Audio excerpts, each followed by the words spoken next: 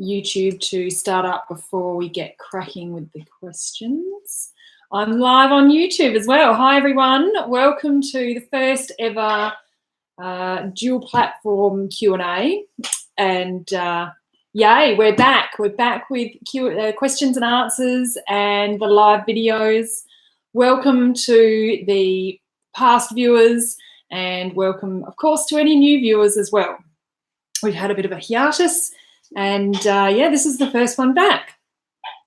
So comments are turned on for both YouTube and Facebook. So if you have any comments or questions, by all means, pop them in and we can discuss. So I've got some existing questions here that we can talk about for our first one back. These have come from people during the week.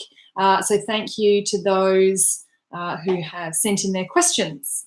All right, so to kick things off, oh, I can see that we've got Melanie here. Hi, Melanie, how are you going? And yeah, to kick things off, we're going to start with one of the issues I've been tackling with a student this week.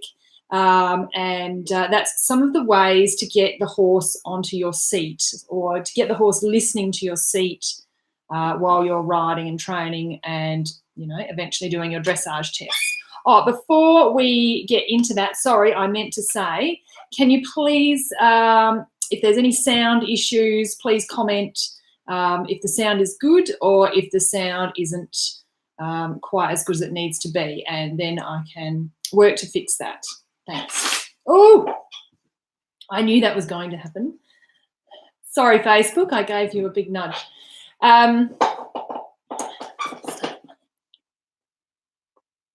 Okay, and Melanie says it sounds perfect, so fab.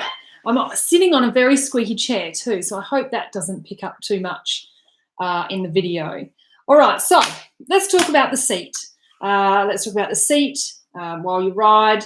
And of course, you want your horse listening to the seat, and you want to make sure that, you know, when the horse is listening to your seat, you've got so much more control, you've got so much more maneuverability and adjustability, and so that's really what you're after, you know, in your riding.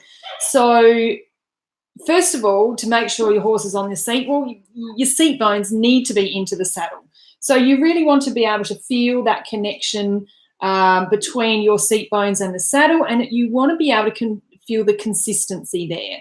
If the consistency isn't quite there, you're going to struggle, and the horse is going to struggle. It's kind of like talking on a phone with a dodgy reception.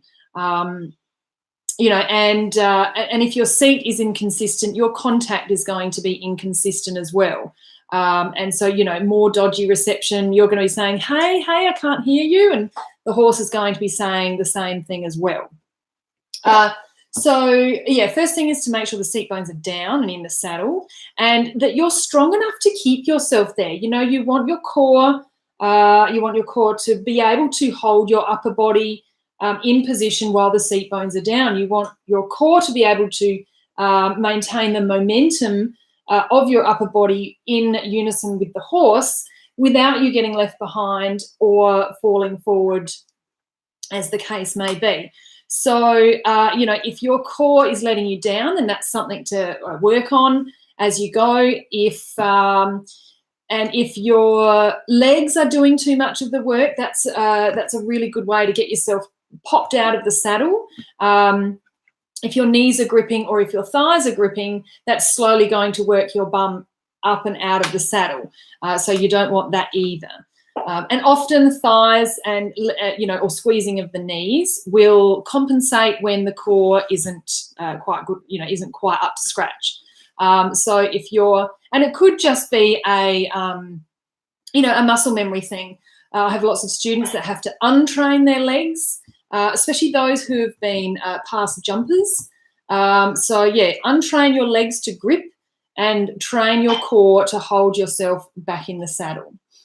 So that's getting the core, that's getting the seat down onto the saddle, and you want to think about it being really, really connected. You don't want to be jamming your seat down. You just want that connection.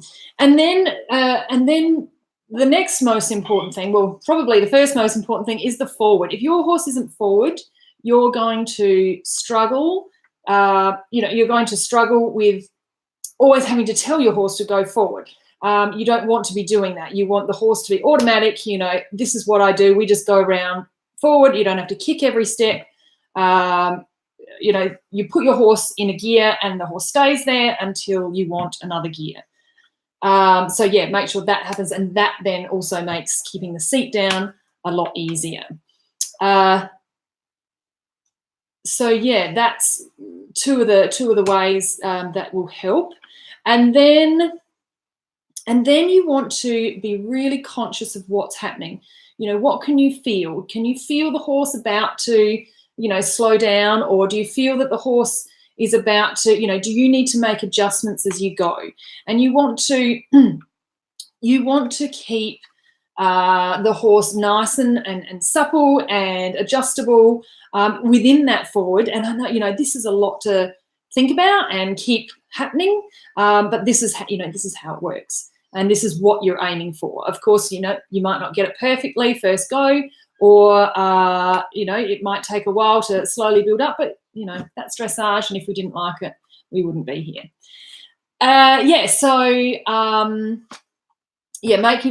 Once the horse is moving forward and you want to start making your transitions, you want to transition from the straight to a circle, or from a short side to a diagonal, even in between the paces. You want to make sure you're really, really ready in your body. You're ready for what's coming, and you don't want to get behind the movement. You want to stay at least with the horse. Even better would be slightly in front of the movement, so that the horse is, so that you can stay out of the way of the horse, and that the horse is able to do the movement, the transition, whatever you've asked. The horse is able to do that with the most expression and the most ease as well. So yeah, there are a few things. There are a few things there that you can think about. Now, I'm on YouTube, and YouTube's a bit new to me, live chat on YouTube, and I can remove any spam that comes my way. So I've just done it.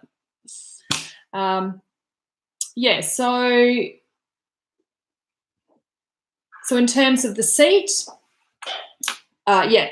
think about keeping those seat bones down and connected and consistent.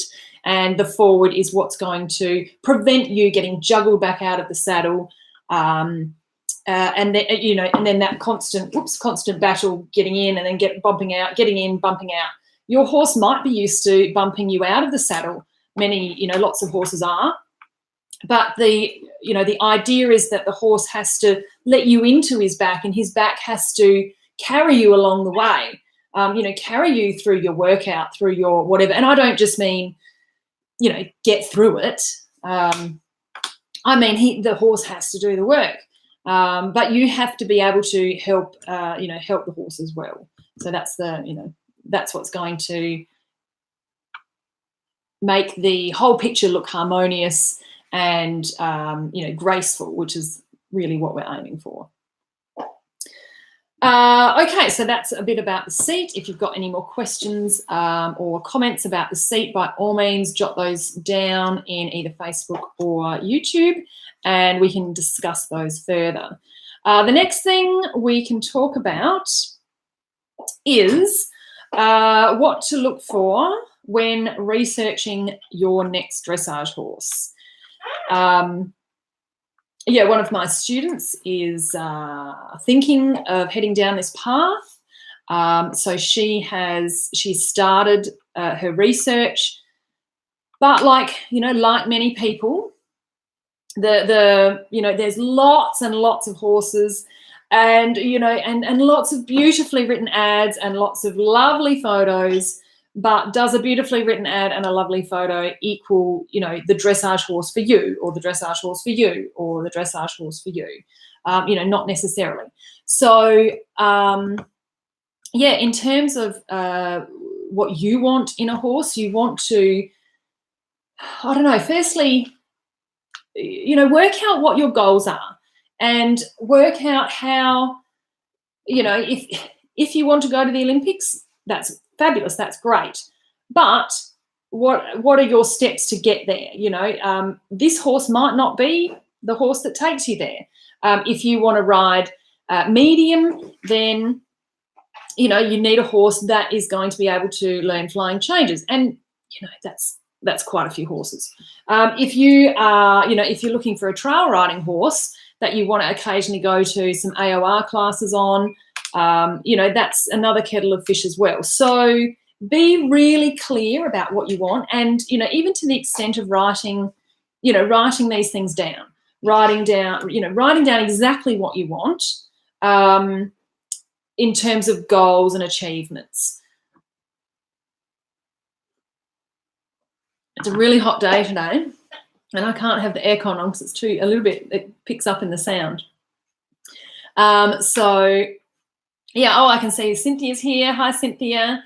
Kat's here, and Christine is here. Hi, everyone. Good to see you. So write down all your goals, and then the next thing, what type of horse are you after? Are you after, a full, really well-bred warm blood?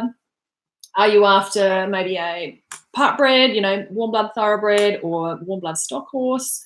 Or, something is, do you have, really big budget constraints?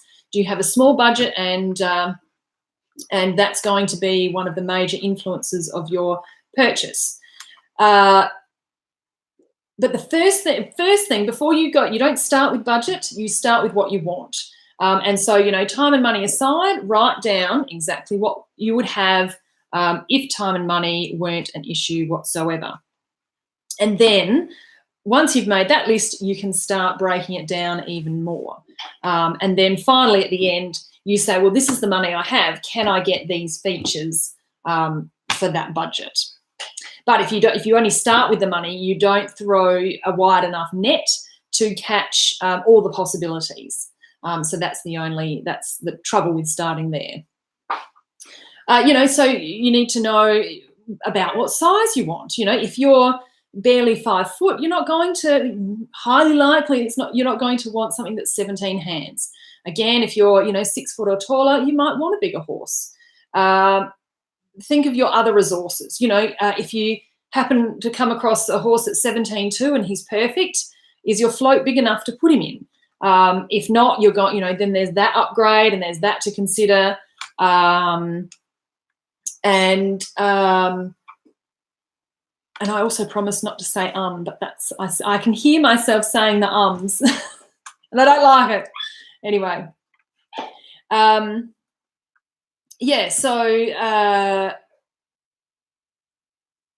The size of the horse, and some people prefer mares over geldings and vice versa. So, make a decision there. Colour, you might be fussy about colour, but I think at the end of the day, if you can get all your other features, getting the right colour is a bonus. And I don't hardly ever worry about it. I wouldn't worry about it if I were you. Otherwise, you might end up just searching for a unicorn and, looking for 5 years. And then the other thing that I always suggest, write down your list and start looking. If you look for a year, I think you're really likely to come across, something that's going to be a good fit. But if you're only searching for 6 or 8 weeks, I don't think that's long enough. You really need to know the market. You need to know the price of a particular type of horse or particular features. If you're only looking for a short period of time, you're going to pay more. And that may not affect some people, but for many of those of you watching, I think it is probably a factor. If you're looking for a horse, I would search for at least a year, and I would search for everything that fits your criteria. And I would look in the higher price bracket than what you can afford as well, up to 5 or 10 grand, because you never know how motivated the buyer is. You know, it may not appear on the ad. How motivated they are to sell. And, you know, the other thing is try and stay optimistic, you know, especially if you've been searching for a while. Sometimes it can be hard to, you know, keep looking after seeing, you know, lots and lots of horses that don't quite fit, you know, what you're after. So, yes, stay optimistic. It's really, it can be difficult if you start saying, oh, why is that for sale? Is it lame? Or why is that for sale? Did it buck off its rider? You know, that's, yeah, try and stay positive, because that's the best way to be able to find something that's going to suit you really, you know, really well. Yeah, and just, yeah, search for a year and ride lots of different horses. You know, lots of ads have, you know, no tire kickers, but really, if you don't want tire kickers, don't sell a horse. You know, as a seller, you are never going to know if your horse, you know, is going to suit the potential buyer or not. You are never, you know, even if the list of your horse exactly matches the list of the buyer, it may not be a perfect match, and vice versa. You know, the potential buyer may have a list and your horse is nothing that's on that list, but they get on it and ride it, and it's like, you know, it can be love at first sight. So yeah, stay optimistic if you're a buyer, and if you're a seller, please do the same as well. There's nothing worse than going into a stable where, you know, there's a grumpy buyer. You know, there's nothing more off-putting. You feel like you're wasting everyone's time, and you don't want to, you know, you just want to back out as soon as you get there. So that can be really difficult. So yeah, stay optimistic and look for a long time. Really know your market, know the horses that are out there, and know the budget that those horses are fetching as well. Okay, so we have a question from Kat, and the phone is a long way away. Kat asks, how do I keep my lazy horse forward without nagging her? Okay, so we get this one a lot, so don't feel like you're alone there, Kat. The lazy horse has, you know, if you feel like you're nagging her, then your leg has become obsolete. So she has, you know, she has come to a point where she feels that leg all the time, and that's, you know, you've said without nagging her. So you perhaps are nagging her, or have been at some point, and she's gotten used to that and gone, oh, okay, there's that leg again. I don't react to that leg, and that's fine. I get away with it. So you want to think about having a surprise leg or a surprise kick in your repertoire. You know, and sometimes I call it the pony club kick. You know, like if your horse is being lazy, it gets a surprise kick. So a kick that is completely a surprise with either the pressure or the timing. You want to change it up so that the horse is like, oh, you know, what was that? And goes forward. And then the really, really important thing is that when you give them a surprise kick or a pony club kick, you have to make sure that the front door is open and that the horse can go forward. And don't forget, you've said go forward. So if the horse trots off, fine. If the horse canters off, also fine. You know, you've said go forward, so please allow the horse to go forward in whatever way it's decided in that moment. The worst thing you can do is give the horse a surprise kick and then catch it in the mouth as you get left behind, you know, after you've given it a kick. Oh no, we've got dogs inside. Hey, you gonna hop up here? No, not gonna say hello. Whoops. Okay, so yeah, you want to use the surprise kick, and then what will happen if your horse is constantly lazy? You will use the surprise kick, and then the horse will travel maybe a quarter of a circle. If you're on a 20-meter circle, the horse will travel maybe a quarter of a circle, and then it will go, oh, that's enough, and we'll go back to being lazy. The second you feel that, you have to give the kick again. So surprise kick again, you'll get another quarter of a circle. You may have to do that for maybe 5 times. After the third one, you'll get more. You know, so you'll get, after the third one, you'll probably get about half a circle, maybe 3/4. and then you'll have to give another surprise kick. But in this time, you don't want to be, this is a short moment in time, and you don't want to be using your rein aids. Have a light connection, but don't be using half halts, or making transitions. All you want to do is re-establish forward, and that is always a number one priority too, by the way. Always, always, always number one. So if you're up to doing your laterals and you lose the forward button, back to your surprise kicks, your pony club kicks, and getting that forward back. So you'll do the surprise kick and give, kick and give. It's all one for maybe 5 times. And then the horse will get the picture that, I meant to just be traveling around by myself. And that's when, at that point, that's when you'll start getting, more like a whole circle of forward, and then you can go and do something else. But don't forget that as soon as you get more than you asked for, or more than you expected, you have to reward the horse. So you can't just do, like your 5 surprise kicks, you get your circle, and then you're like, okay, back to doing shoulder in and travers and, figure eights and serpentines and blah, blah, blah. The horse has to have a reward. Otherwise, it's going to be more difficult for them to make that connection between the what's it called? Stimulus and the response. That's what you want. Yeah, so don't forget your reward for the horse. So, Kat, I hope that helps you, and other viewers, I hope that that question helps you as well. But, don't feel as though you failed as a rider if your horse isn't forward. It's a common, nobody likes having a horse that's not off the leg.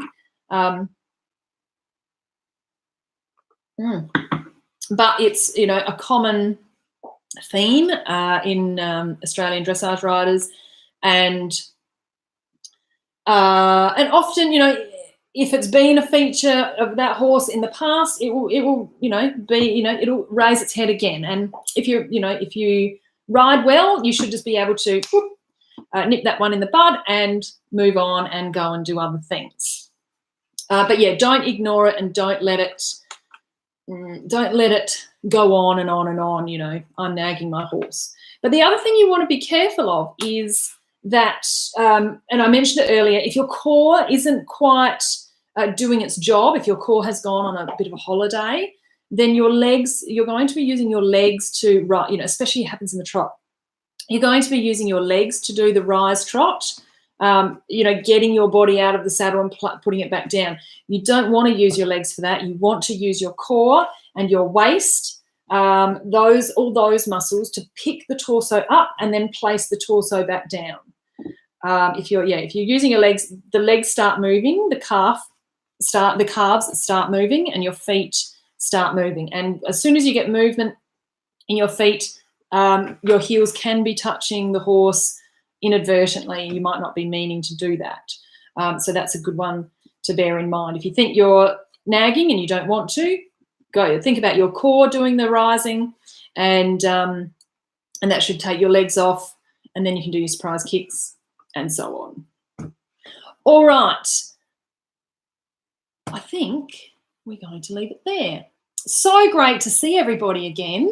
This is really exciting. It's been a long time. So it's a pleasure to be, back online live. So it's an absolute pleasure and good to see you all here. And if you haven't gone over to YouTube, the videos will be there, but it's under my other name, and I'm working with YouTube to get that changed to Dressage Excellence. So we will see how that goes. So anyway, we will be on YouTube, and you'll have that library there and available all the time, with searchable titles, etc. So yeah, stay tuned for that, and I'm looking forward to seeing everybody next Friday for Q&A Friday. All right, have a great ride. I'll talk to you then.